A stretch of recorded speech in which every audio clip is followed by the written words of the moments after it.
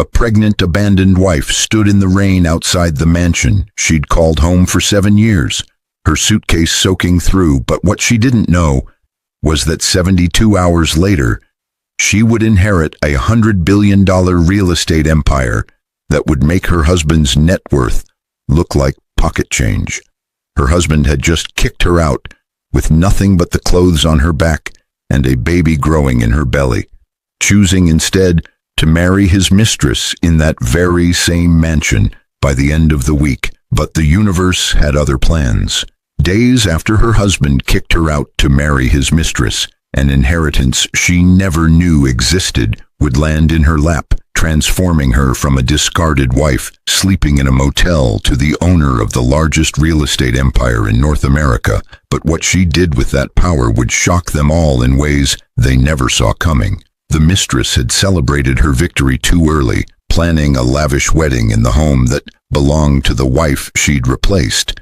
But she had no idea the abandoned pregnant woman she'd mocked would return. Her husband had thrown away his family for a younger woman, believing he'd traded up, but he'd actually thrown away his only connection to a fortune that would have been his through marriage. What she did shocked them, not with revenge, but with something far more devastating that would leave her husband begging on his knees and his mistress running for cover. But was it justice or something darker?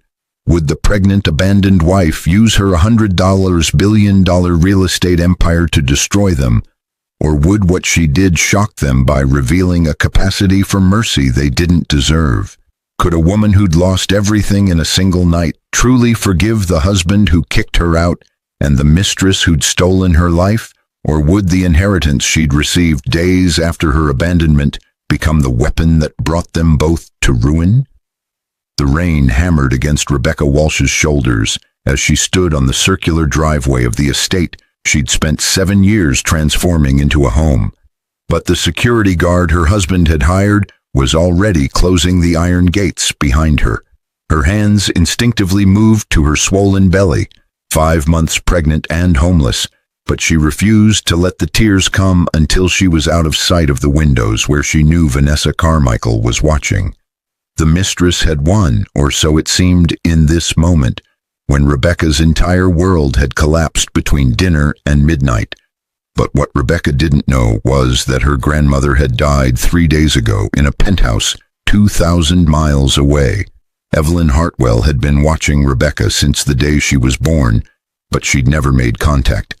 The reasons were complicated, tangled up in a family rift that had happened before Rebecca's mother had even drawn her first breath. But Evelyn had kept meticulous track of her only granddaughter through private investigators and carefully maintained distance. Rebecca's mother had died when Rebecca was 12, taking with her the secret of their connection to one of the wealthiest women in North America. But Evelyn had attended the funeral from a distance, hidden behind dark sunglasses and a black veil. Now Evelyn was gone too, but her final act would change everything for the granddaughter she'd loved from afar for 28 years. Rebecca dragged her suitcase through the rain toward the street, but her phone was dead and she had exactly $47 in her purse. Her husband, soon-to-be ex-husband, had frozen their joint accounts that afternoon, claiming she'd been stealing from him, but the truth was far uglier. Brandon Walsh had been planning this for 6 months, carefully moving assets and building a legal case that would leave Rebecca with nothing. But he'd made one catastrophic miscalculation. He'd assumed Rebecca had no family and no resources, but he was wrong on both counts, though it would take 72 more hours for that truth to emerge.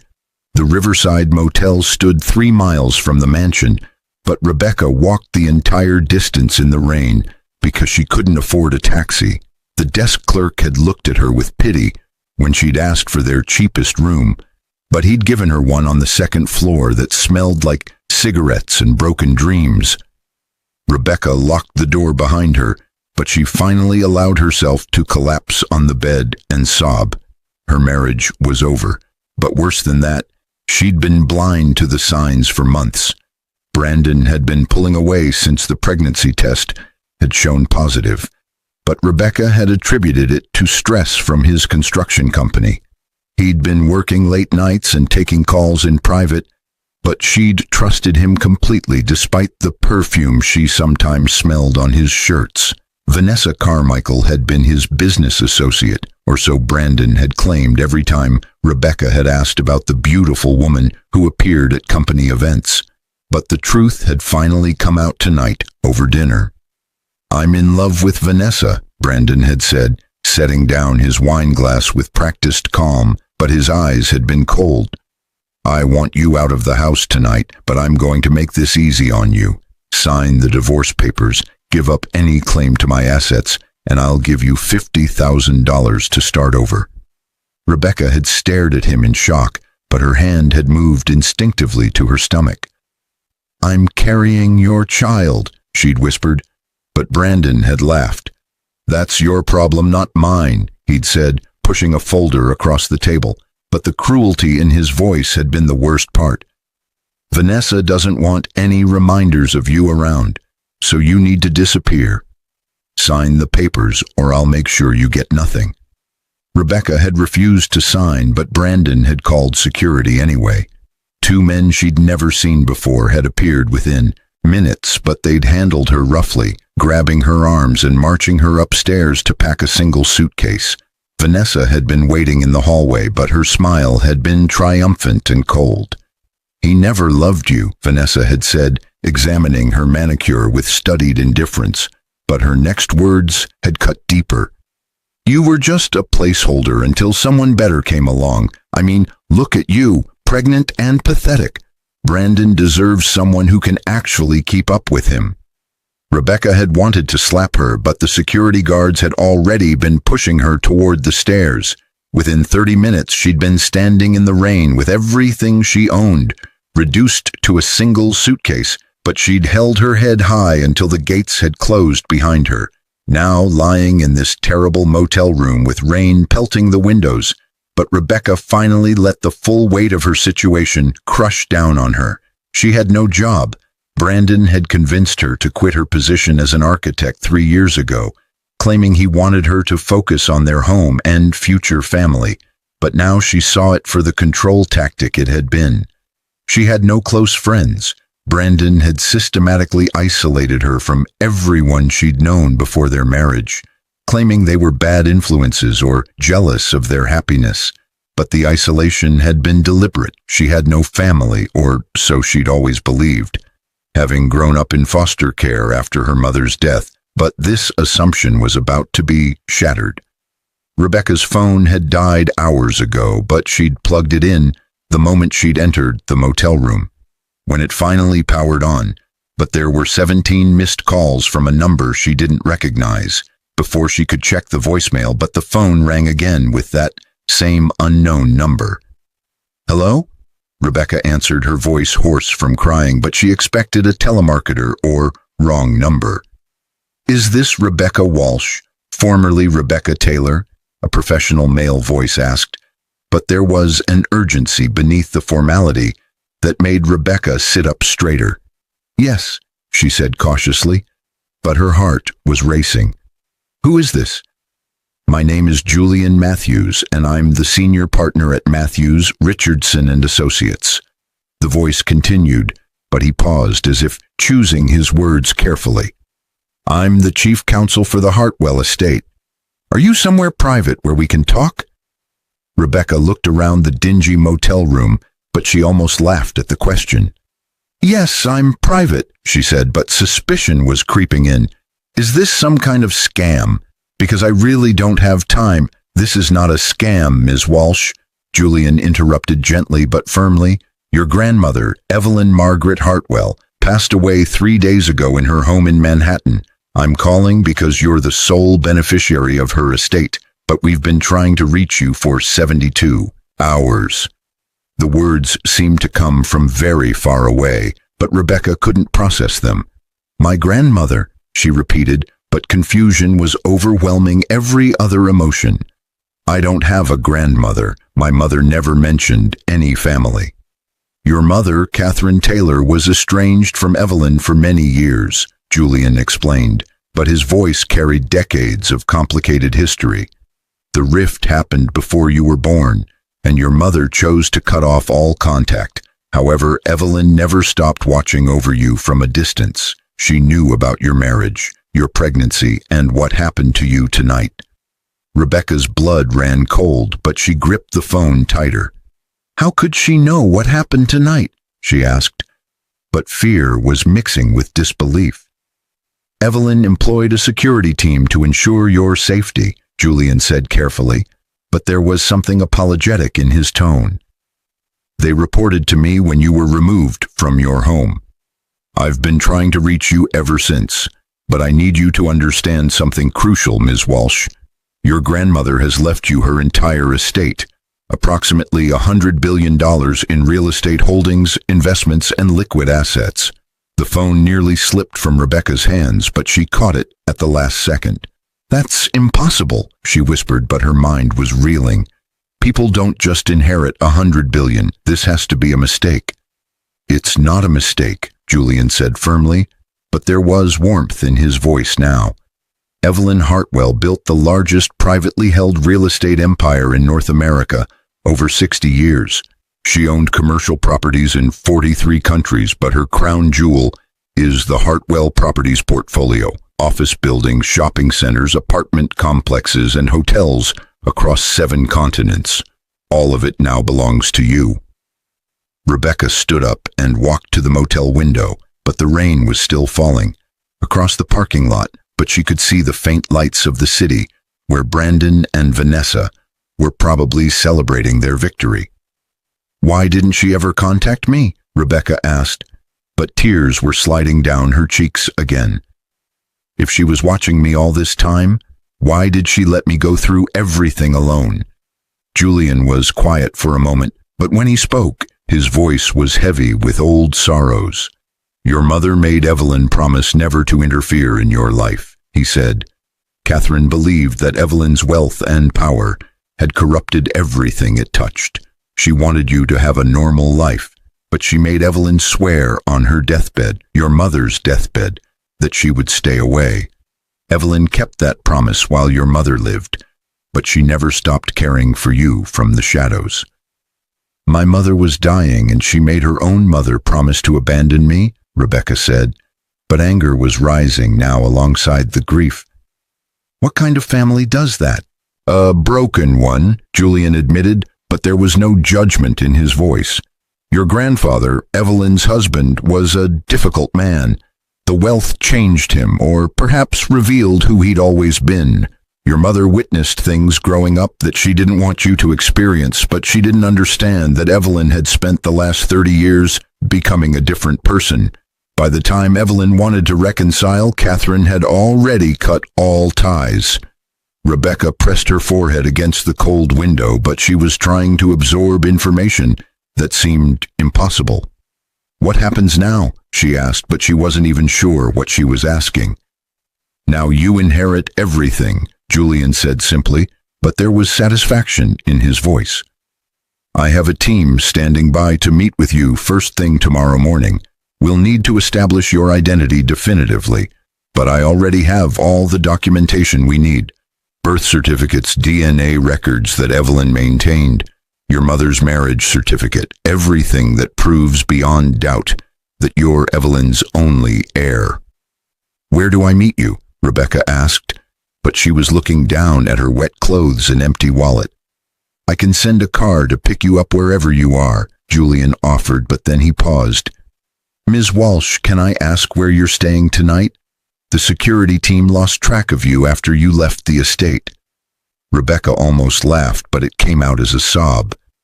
The Riverside Motel, she said, but shame burned in her chest. Room 247, it's all I could afford. That ends tonight, Julian said firmly, but there was anger now, not at her, but at her situation. I'm sending a car within the hour. You'll stay at the Hartwell penthouse suite at the Grand Millennium Hotel downtown, but consider it your home for as long as you need.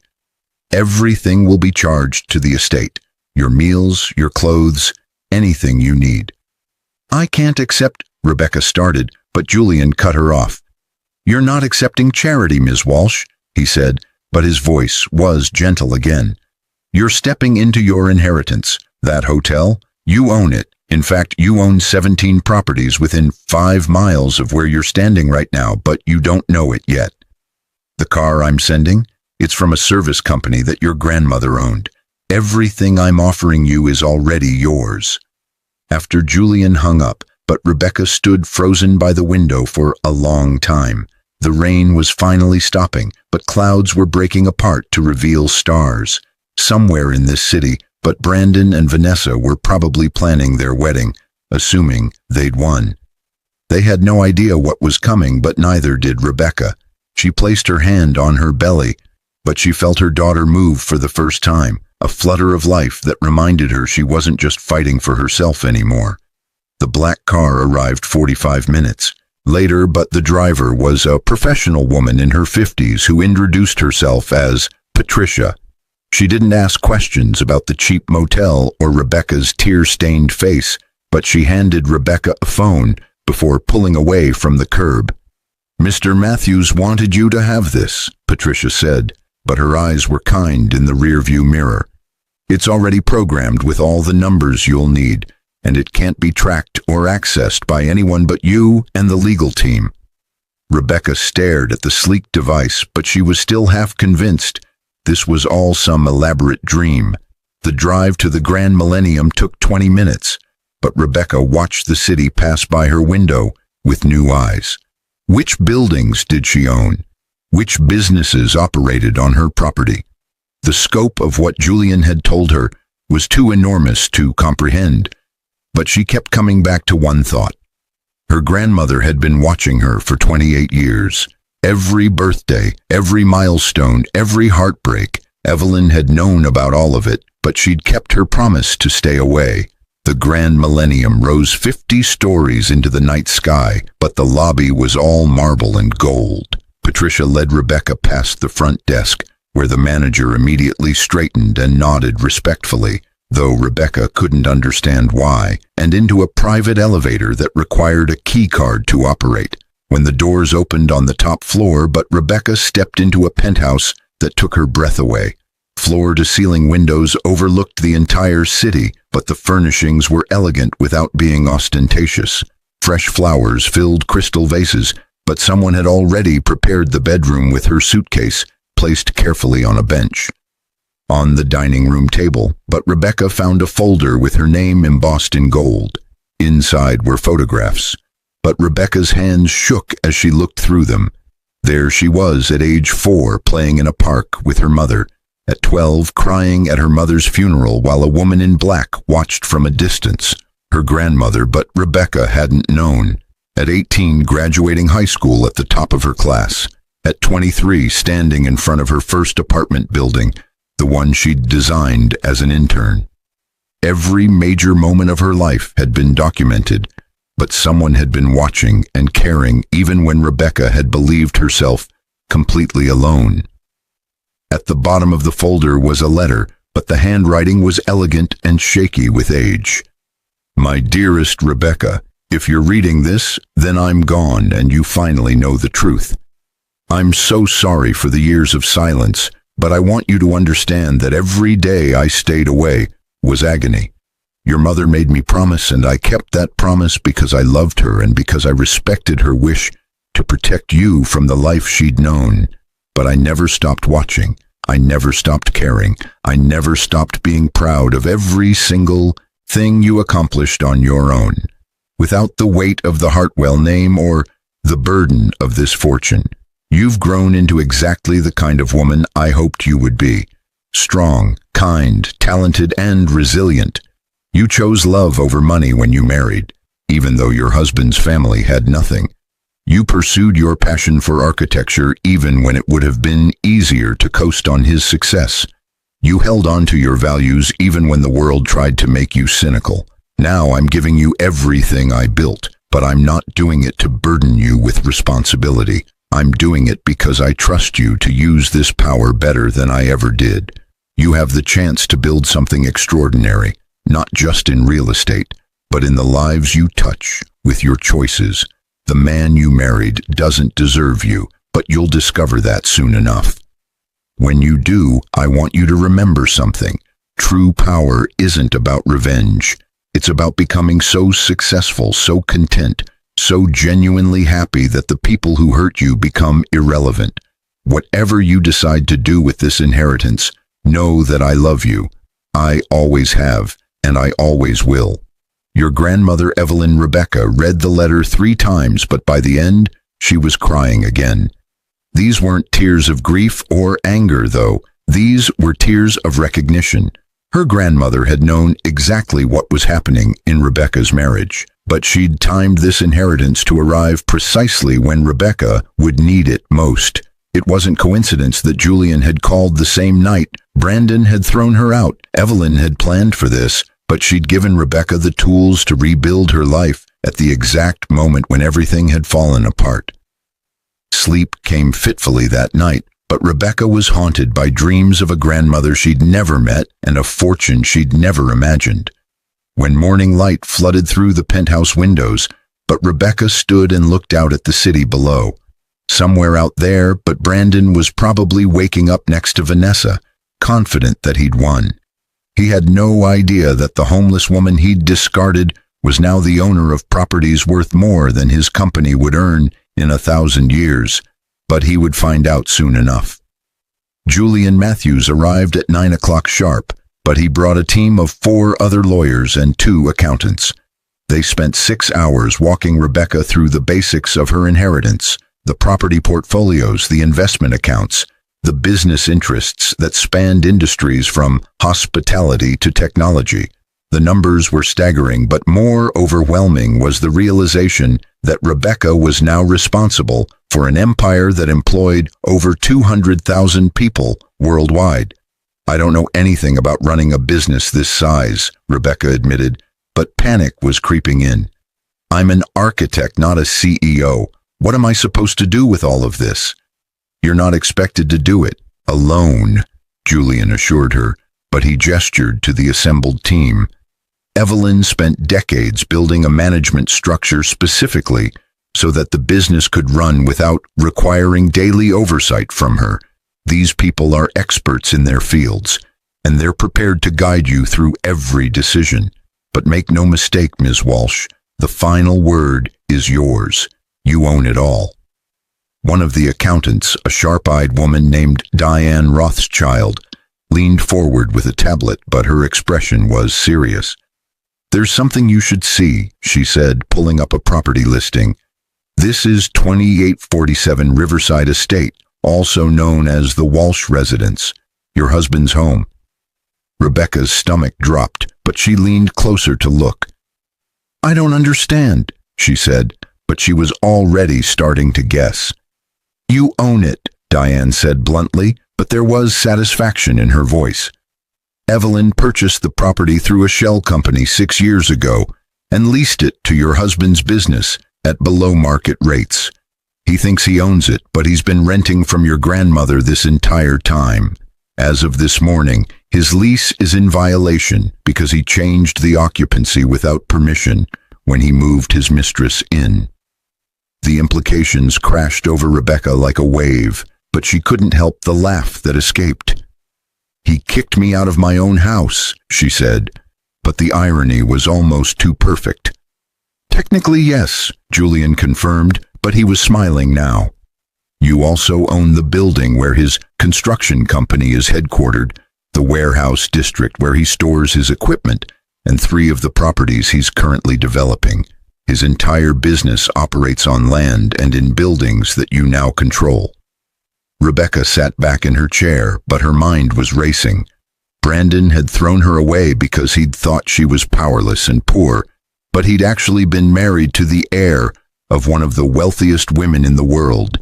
If he'd just waited a few more days, if he'd shown even a shred of decency or loyalty, he would have had access to all of this through her, but his greed and cruelty had cost him everything. What about Vanessa Carmichael? Rebecca asked, but a thought was forming. What do we know about her? Julian exchanged a glance with Diane, but then he pulled out another folder. Vanessa's interesting, he said, flipping through documents. She's been engaged 4 times in the past 8 years, always to wealthy men. But the engagements mysteriously end right before the wedding. She's currently being sued by 2 former fiancés for fraud, and there's evidence that she's been systematically targeting successful businessmen with the goal of marriage and divorce settlements. She's a professional gold digger, Rebecca said, but it wasn't even a question. That's the assessment of the private investigators, Julian confirmed, but he pulled out photos showing Vanessa with a series of different men. She saw your husband as her next target, but based on financial analysis, his company is actually struggling. He's been hiding significant debts from creditors by moving assets around and taking high-risk development deals. Vanessa likely doesn't know this, but she's about to marry a man who's weeks away from potential bankruptcy. Rebecca processed this information, but something was crystallizing in her mind. Brandon had betrayed her for a woman who was using him, but neither of them had any idea what was actually happening. The wedding was scheduled for Saturday, 4 days from now, and they were planning to hold it at the very mansion Rebecca now owned, but they didn't know it yet.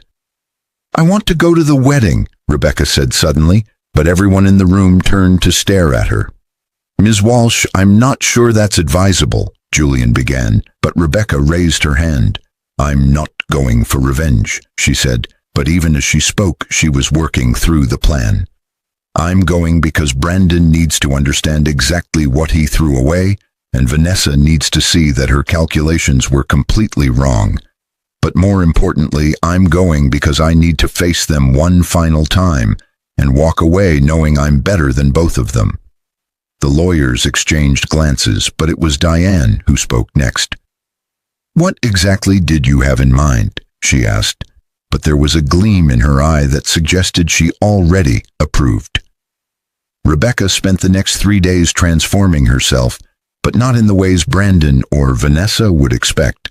She met with the boards of directors for her major holdings, but she listened more than she spoke, learning the intricacies of the empire she'd inherited. She spoke with Evelyn's longtime assistant, a woman named Margaret Chen, who'd worked with her grandmother for 40 years, but who shared stories that helped Rebecca understand the woman she'd never met. Evelyn always said that money doesn't change people, it reveals them.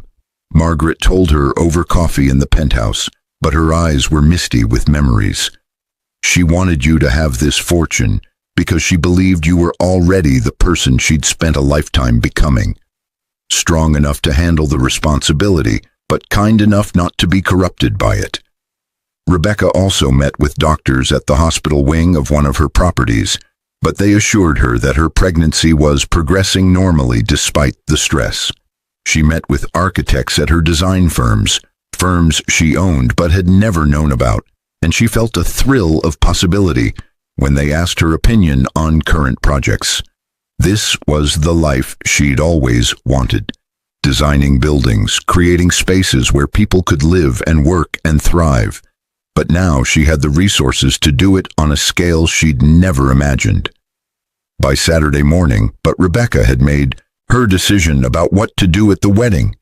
She dressed carefully in a simple but elegant navy dress that accommodated her growing belly, but she wore her grandmother's pearls, the ones Julian had delivered, with a note saying Evelyn had saved them specifically for this moment. Patricia drove her to the mansion at noon, but the gates were decorated with white ribbons and flowers for the ceremony that would start at 2 o'clock. The security guard at the gate, a different one from the night Rebecca had been thrown out, but she recognized him from Brandon's company, stepped forward to stop the car. "This is a private event," he started, but Patricia lowered the window and handed him a document. "This is Rebecca Walsh, the owner of this property," Patricia said calmly, but her voice carried authority. "She has every legal right to be here, and if you attempt to stop her, you'll be charged with trespassing on her land." The guard's face went pale as he read the document, but he stepped back and opened the gate. As they drove up the circular driveway where Rebecca had stood in the rain just 4 days ago, but she saw guests already arriving. Designer cars lined the drive, But women in expensive gowns and men in tailored tuxedos were heading toward the back garden where the ceremony would take place. Rebecca stepped out of the car, but she walked through the front door of the mansion that had been her home for 7 years. Everything looked the same except for the wedding decorations that were everywhere. White roses and crystals and flowing silk, but it was gaudy and overdone in a way that Rebecca would never have chosen. This was Vanessa's taste, but it was expensive without being elegant. In the kitchen, but caterers were preparing food for 200 guests. They looked up as Rebecca entered, but one of them, a young woman Rebecca recognized from the neighborhood, gasped. "Mrs. Walsh?" she said, confusion written across her face. "What are you doing here?" "I live here," Rebecca said simply, but she smiled at the woman's shock. "Or I did until a few days ago. Don't worry, I'm not here to cause problems. I just need to speak with the bride and groom before the ceremony." Rebecca found them in the master bedroom, but the scene before her was almost perfect in its symbolism. Brandon was adjusting his tie in the mirror, but Vanessa was sitting at the vanity where Rebecca had sat every morning for years. The wedding dress hanging nearby was worth at least $50,000, but it was covered in crystals and beading that screamed insecurity rather than style. "Hello, Brandon," Rebecca said from the doorway, but both of them spun around in shock. "What the hell are you doing here?" Brandon demanded, but his face flushed red with anger. "How did you even get in? Security." "Security works for me now," Rebecca said calmly, but she walked into the room and sat in the chair by the window. "Actually, everything here works for me. The house, the property, the business holdings you've been operating on, all of it belongs to me." Vanessa laughed, but it was a brittle, nervous sound. "You've lost your mind," she said, standing up and crossing her arms. "Brandon owns this house. He owns the company. You're just a pathetic ex-wife who can't accept that you lost." "Sit down, Vanessa," Rebecca said, but her voice carried a quiet authority that made the other woman pause. "Both of you, sit down.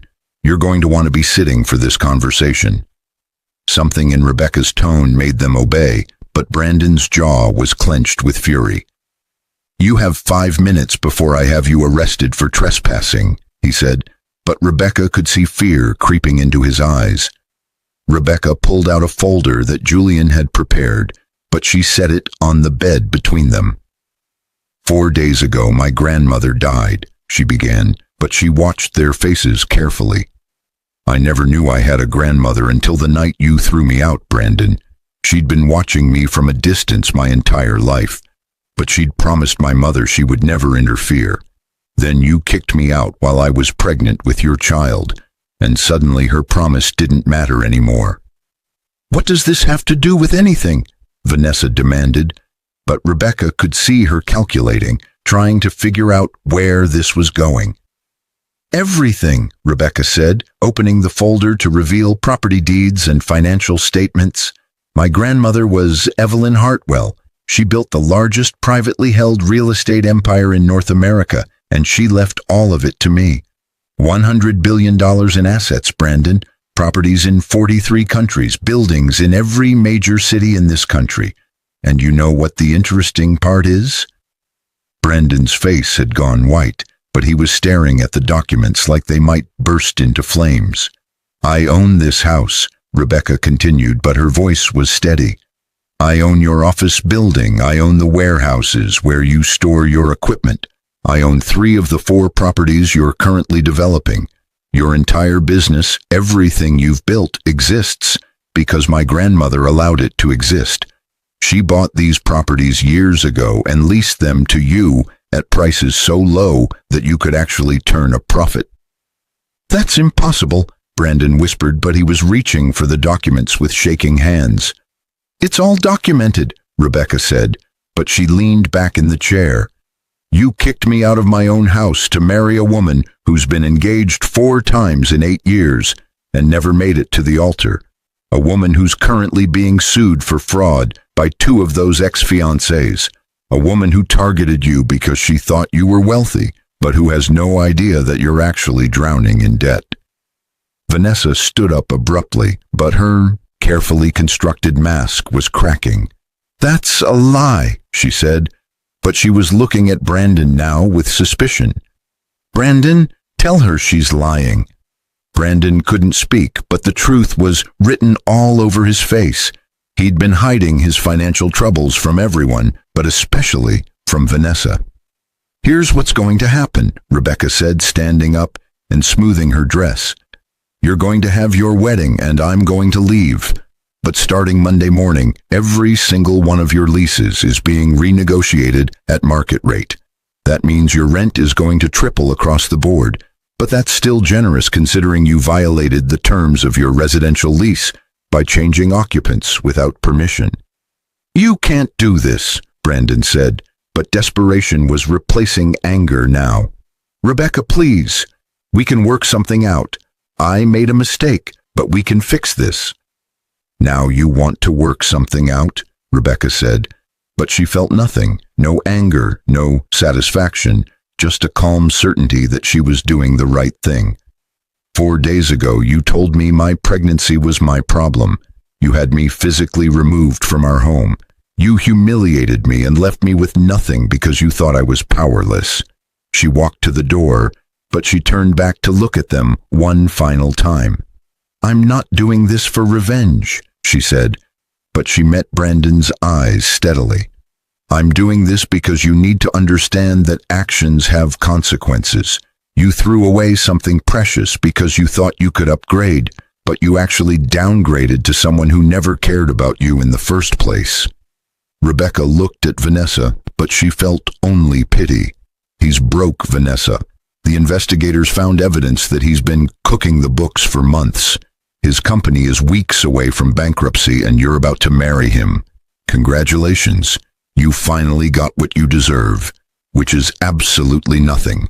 The wedding happened as scheduled, but Rebecca watched from the penthouse windows miles away. Julian had shown her the live stream that some guest was posting to social media, but Rebecca only watched for a few minutes. Vanessa looked beautiful in her overpriced dress, but her smile was strained. Brandon looked sick, but he went through with the ceremony anyway. What else could he do with 200 guests watching? What Rebecca did next shocked everyone who knew her story, but it shocked Brandon and Vanessa most of all. She didn't destroy Brandon's company immediately, but she also didn't save it. Instead, she restructured his leases to give him a 6-month window to get his finances in order, but at rates that were fair rather than charitable. She made it clear that if he failed, the properties would go to other tenants, but she gave him a chance to prove he could survive without her grandmother's invisible support. "Why are you doing this?" Julian had asked when Rebecca had explained her plan, but he'd looked at her with newfound respect. "Because destroying him would make me just as bad as he is," Rebecca had said, but she'd placed her hand on her belly where her daughter was growing stronger every day.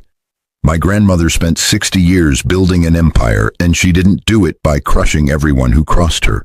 She did it by being smarter and better and more strategic than her competition. That's the legacy I want to inherit, not revenge, but excellence." The story of Rebecca's inheritance hit the news media within a week, but the narrative was irresistible. Abandoned pregnant wife discovers she's billionaire heiress.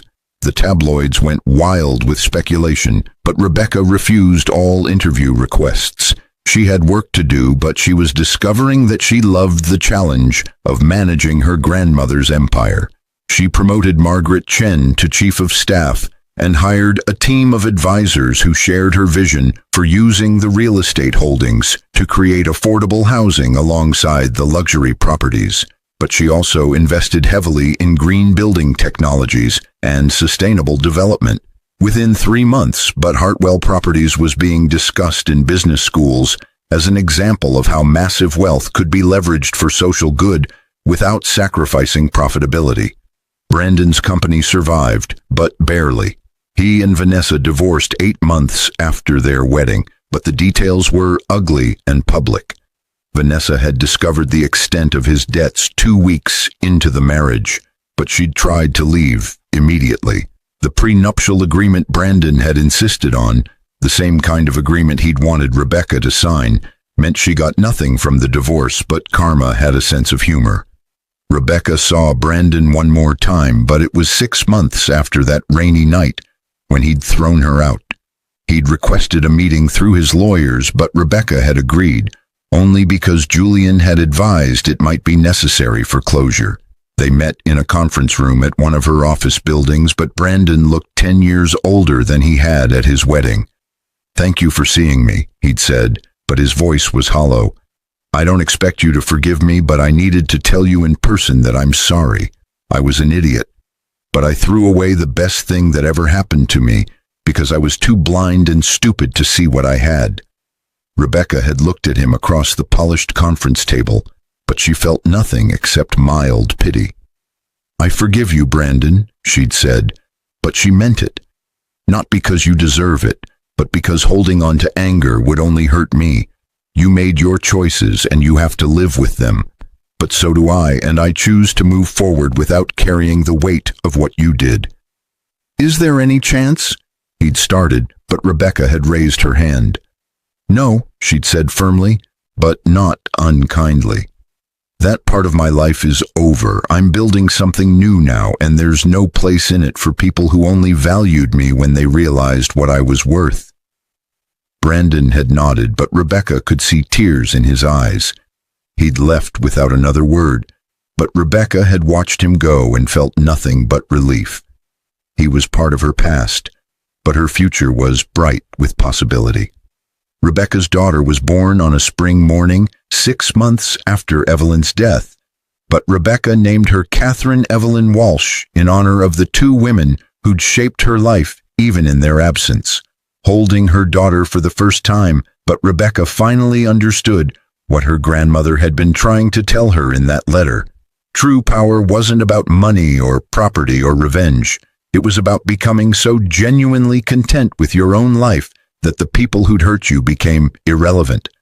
Margaret Chen had cried when she'd heard the baby's name, but she'd shared one more story about Evelyn. "She always said that the best revenge is living well," Margaret had told Rebecca, but she'd been holding baby Catherine with practiced ease. "She wanted you to inherit everything, not so you could punish the people who hurt you, but so you could build a life so extraordinary that their betrayal would become just a footnote in your story." That's exactly what Rebecca did, but she exceeded even Evelyn's expectations. Within 2 years, Hartwell Properties had doubled in value, but Rebecca had also established the Catherine Taylor Foundation to provide housing and support services for homeless women and single mothers. She'd gone back to practicing architecture part-time, but she used her skills to design innovative, affordable housing projects that won awards and changed industry standards. The story of how a pregnant abandoned wife inherited a $100 billion real estate empire days after her husband kicked her out to marry his mistress became legend in business circles. But what she did next shocked everyone even more. She took that empire and transformed it into something that honored both the grandmother who'd watched over her and the mother who'd sacrificed connection for protection. But she also made it entirely her own. Brandon occasionally appeared in the society pages, but he'd remarried eventually to someone age-appropriate and seemingly genuine. His business had stabilized at a much smaller scale, but he'd learned hard lessons about loyalty and value. Vanessa had disappeared from public view entirely, but rumors suggested she'd finally met her match in a wealthy older man who'd seen through her schemes and publicly humiliated her. Rebecca didn't follow their lives anymore, but she was too busy building her own legacy. She'd found love again eventually, with a fellow architect who'd known her before the inheritance and valued her for her talent and character, rather than her wealth, but that's another story entirely. What mattered was that Rebecca had taken the worst night of her life and transformed it into the beginning of something extraordinary. Standing in her office 30 stories above the city, holding her daughter while reviewing plans for a new sustainable housing development.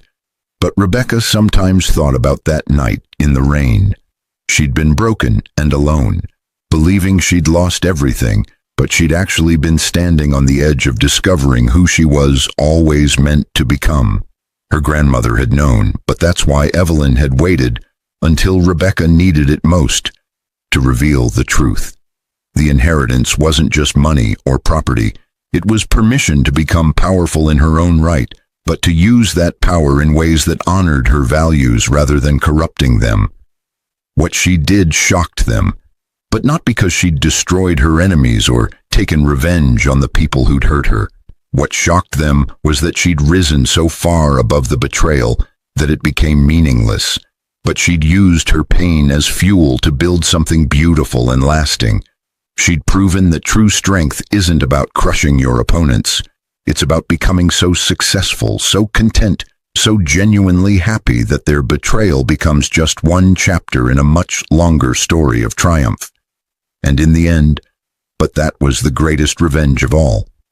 Living so well that the people who'd tried to break her became nothing more than cautionary tales in the story of her rise. But even that felt too kind. They weren't tales at all. They were simply forgotten, while Rebecca Walsh became a name that meant something far more important than wealth. She became a woman who'd inherited an empire but built a legacy, but who'd been abandoned and betrayed but chose grace over vengeance, but who'd lost everything in one night but gained something infinitely more valuable, the knowledge of her own strength and the wisdom to use it well. 5 years later, the autumn sun filtered through the floor-to-ceiling windows of Rebecca's corner office on the 45th floor of Hartwell Tower, but she barely noticed the view anymore. Catherine, now a precocious 5-year-old, with her mother's eyes and an inherited stubborn streak, was sitting at the small desk Rebecca had installed specifically for her daughter's after-school visits. But the little girl was more interested in drawing buildings than doing her kindergarten homework. "Mama, can buildings talk to each other?" Catherine asked suddenly, but she didn't look up from her sketch of what appeared to be 2 towers holding hands. Rebecca smiled, but she set down the development proposal she'd been reviewing. "What makes you ask that, sweetheart?" she said, walking over to examine her daughter's artwork. "Because Grandma Margaret said that Grandma Evelyn used to say, 'Buildings have souls,'" Catherine explained, but she added windows to her towers, with careful precision. "If they have souls, they must be able to talk, don't you think?" Rebecca knelt beside her daughter's desk, but emotion tightened her throat. Margaret had been telling Catherine stories about Evelyn every week, helping the little girl understand the great-grandmother she'd never meet.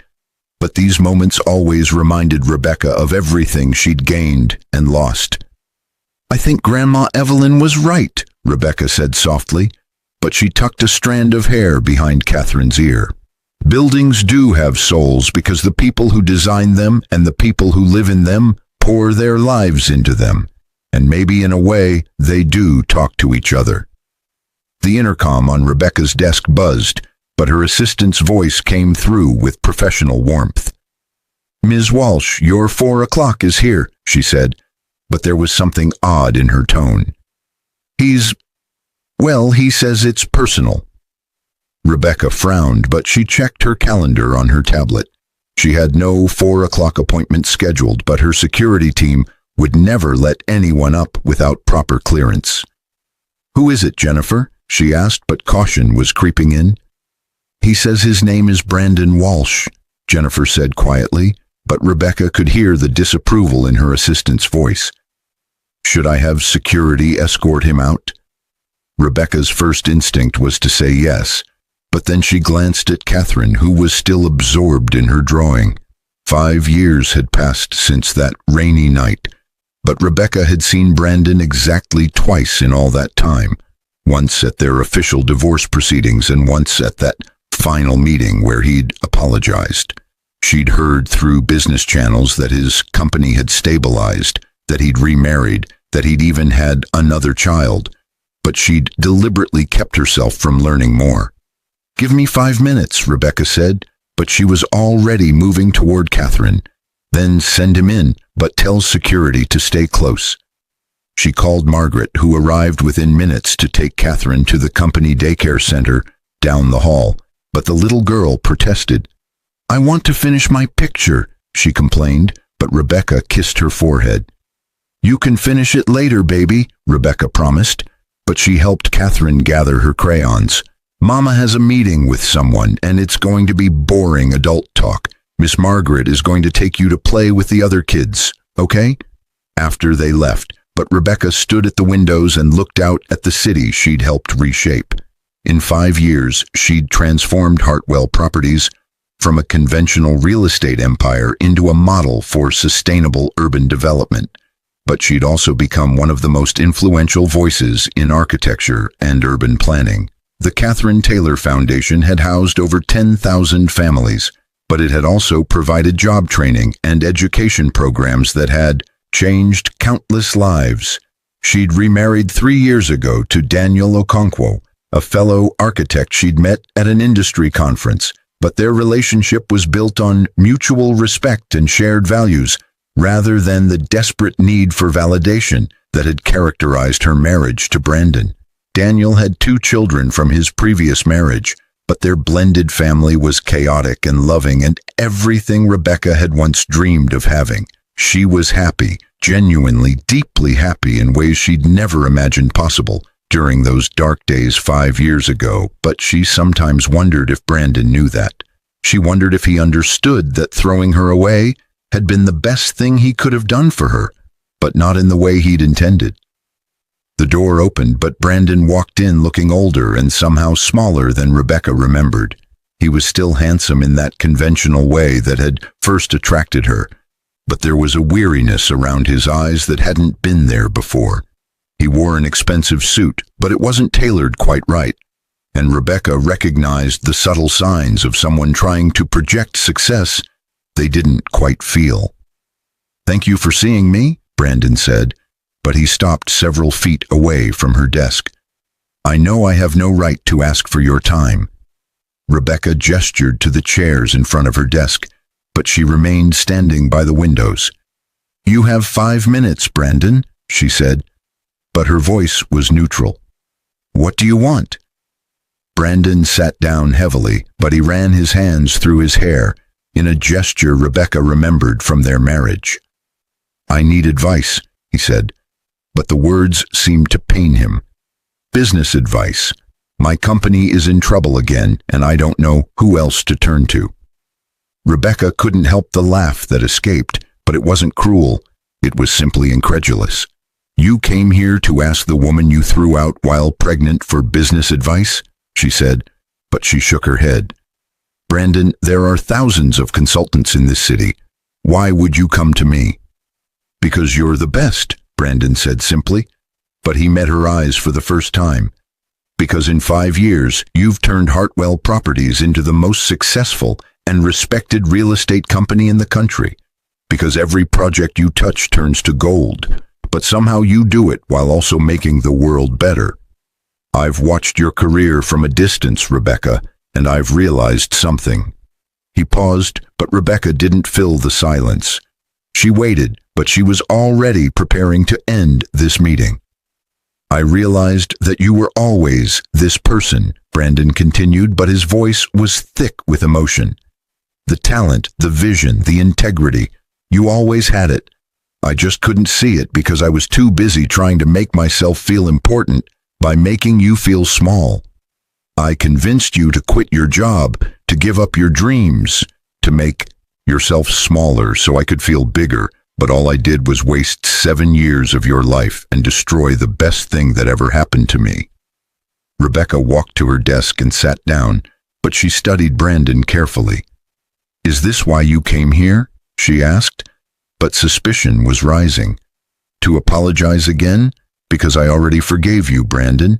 5 years ago, I told you I forgave you, and I meant it, but forgiveness doesn't mean I want you in my life." "I know," Brandon said, but he leaned forward. "I'm not here to ask for another chance or to tell you I've changed. I'm here because my new wife is pregnant, and I'm terrified I'm going to make the same mistakes with her that I made with you. I'm here because I want to be a better man for her and for our child, but I don't know how to start." The admission hung in the air between them, But Rebecca felt something shift. This wasn't about business at all. Brandon had come here seeking something money couldn't buy, but she wasn't sure she could give it to him. "How's Melissa?" Rebecca asked, but she'd heard through mutual acquaintances that Brandon's new wife was a teacher. "Does she know you're here?" "She encouraged me to come," Brandon admitted, but a small smile crossed his face.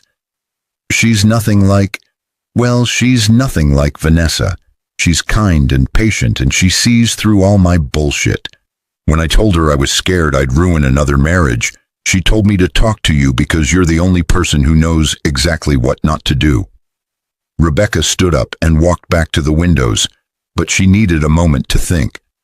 Brandon had come here not as an enemy or even as an ex-husband seeking reconciliation, but as a broken man asking for a roadmap to become better.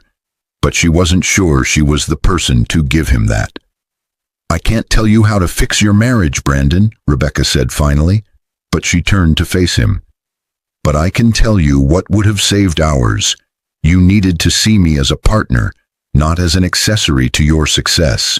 You needed to celebrate my achievements instead of feeling threatened by them.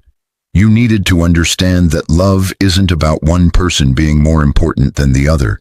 It's about both people being equally committed to each other's happiness." Brandon nodded, but he was writing notes on his phone. "What else?" he asked, but there was desperation in his voice. "You need to be honest about your failures," Rebecca continued, but she thought about all the times Brandon had hidden his business problems from her. "Melissa needs to know when things are hard so she can support you. Don't make the mistake of thinking you have to be perfect or successful all the time to be worthy of love. That's what destroyed us, Brandon. You couldn't admit weakness, so you blamed me for your feelings of inadequacy." "I did that," Brandon said, but his voice broke. "I made you feel like you weren't enough. When the truth was, I didn't feel like I was enough." Rebecca sat back down at her desk, but she pulled up something on her computer. "I'm going to send you some information," she said, but she was typing as she spoke. "The Catherine Taylor Foundation runs programs for expectant fathers, classes on communication, financial planning, emotional support. I think you should enroll." Brandon looked up in surprise, but there were tears in his eyes. "You'd help me after everything I did?" he asked, but disbelief colored his words. "I'm not helping you, Brandon," Rebecca said, but her voice was firm. "I'm helping Melissa and your unborn child. They deserve a better husband and father than you were to me and Catherine. Whether you become that man is entirely up to you, but I can point you toward resources that might help." She hit send, but then she stood to indicate the meeting was over.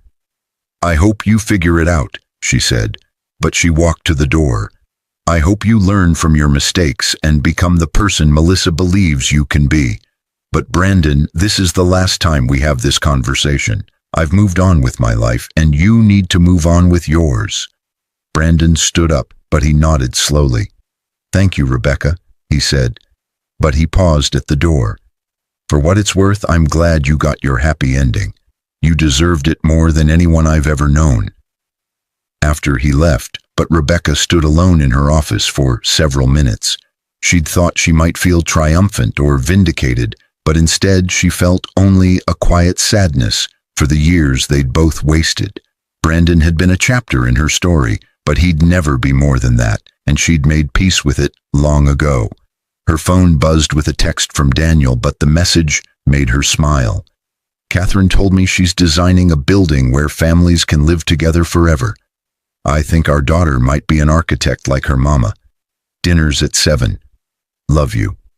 Rebecca looked around her office, at the awards on the walls, at the photos of her family, at the scale models of projects that were changing lives across the country, but she felt that deep contentment her grandmother had written about. This was what true power looked like. Not revenge or domination, but the ability to build a life so fulfilling that the people who'd hurt you became irrelevant. That evening, but Rebecca sat at the dinner table in the brownstone she'd bought in the historic district. surrounded by her husband and their 4 children. Catherine was explaining her building design to her stepbrother Marcus, who was listening with the patience of a 14-year-old who genuinely loved his little sister. But Daniel was helping the twins with their homework, while simultaneously checking on the roast in the oven. "Mama, tell us about Grandma Evelyn," Catherine said suddenly, but the whole table went quiet. This had become a ritual. Every few weeks, Catherine would ask for stories about the great-grandmother who'd changed all their lives. Rebecca set down her fork, but she looked at each of her children in turn. "Grandma Evelyn was a very wise woman," she began, but she felt Daniel's hand squeeze hers under the table. She believed that real strength isn't about power over other people, it's about power over yourself. She believed that the best way to handle people who hurt you isn't to hurt them back, but to become so successful that their opinions stop mattering. "Did Grandma Evelyn ever get hurt?" Catherine asked, but her small face was serious.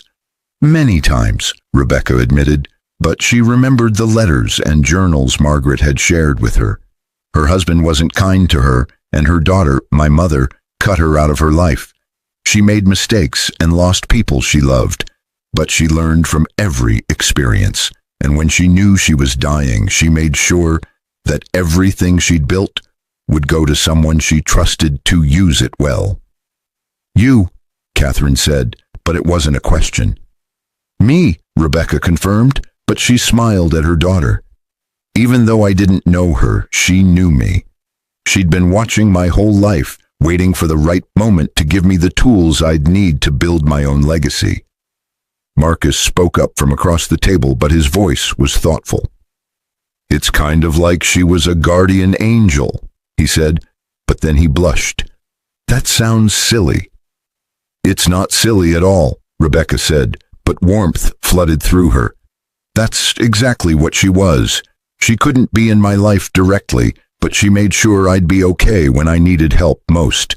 And now I try to do the same thing for other people through the foundation and our housing projects." Later that night, but after the children were asleep and Daniel was reviewing blueprints in his study, Rebecca stood in Catherine's doorway watching her daughter sleep. The little girl clutched a stuffed animal in one hand, but her other hand rested on the drawing she'd made earlier, those 2 buildings holding hands. Rebecca's phone buzzed with an email, but she checked it out of habit. It was from Brandon, but she almost deleted it without reading. Instead, curiosity won out, but she opened the message. "Rebecca," it read, but the words were simple. "I enrolled in the program you recommended. Melissa and I went to our first class tonight, and I spent most of it crying because I realized how much I didn't understand about being a partner and a father. I'm not asking for your forgiveness again or trying to reopen old wounds. I just wanted you to know that meeting with you today changed something in me. You could have turned me away or humiliated me, but instead you helped me even though I didn't deserve it. That's who you always were, and I was too, blind to see it. Thank you for being exactly who you are. Brandon." Rebecca closed the email, but she didn't respond. Brandon's journey toward becoming a better man was his own to take, but she'd given him the map. Whether he followed it or not was no longer her concern, but she hoped for Melissa's sake, and for their child's sake, that he would.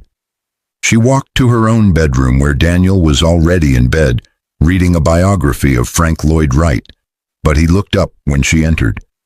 "Long day?" he asked, but he set the book aside and opened his arms. Rebecca climbed into bed beside him, but she rested her head on his chest. "Brandon came to the office today," she said, but she felt Daniel tense slightly. He wanted advice on how to be a better husband and father. "What did you tell him?"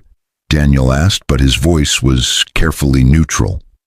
"The truth," Rebecca said simply, but she tilted her head to look at her husband. "That love is about partnership and honesty and celebrating each other's success. The same things you show me every single day." Daniel kissed her forehead, but he held her close. "Do you think he'll actually change?" he asked. But Rebecca could hear the question beneath the question. Do you still care?" "I don't know if he'll change," Rebecca admitted, but she was completely honest. "But I hope he does, because his wife and baby deserve better than what I got. As for whether I care, Daniel, I stopped caring about Brandon the day I realized that losing him was the best thing that ever happened to me. He's a stranger now who shares some history with me, but nothing more." They lay in comfortable silence for a while, but Rebecca's mind drifted to that rainy night 5 years ago. If someone had told her then that she'd end up here, happy, successful, loved, and surrounded by family, she would never have believed them. But that's exactly what had happened. The worst night of her life had been the catalyst for the best years, but only because she'd chosen to use her pain as fuel rather than letting it consume her.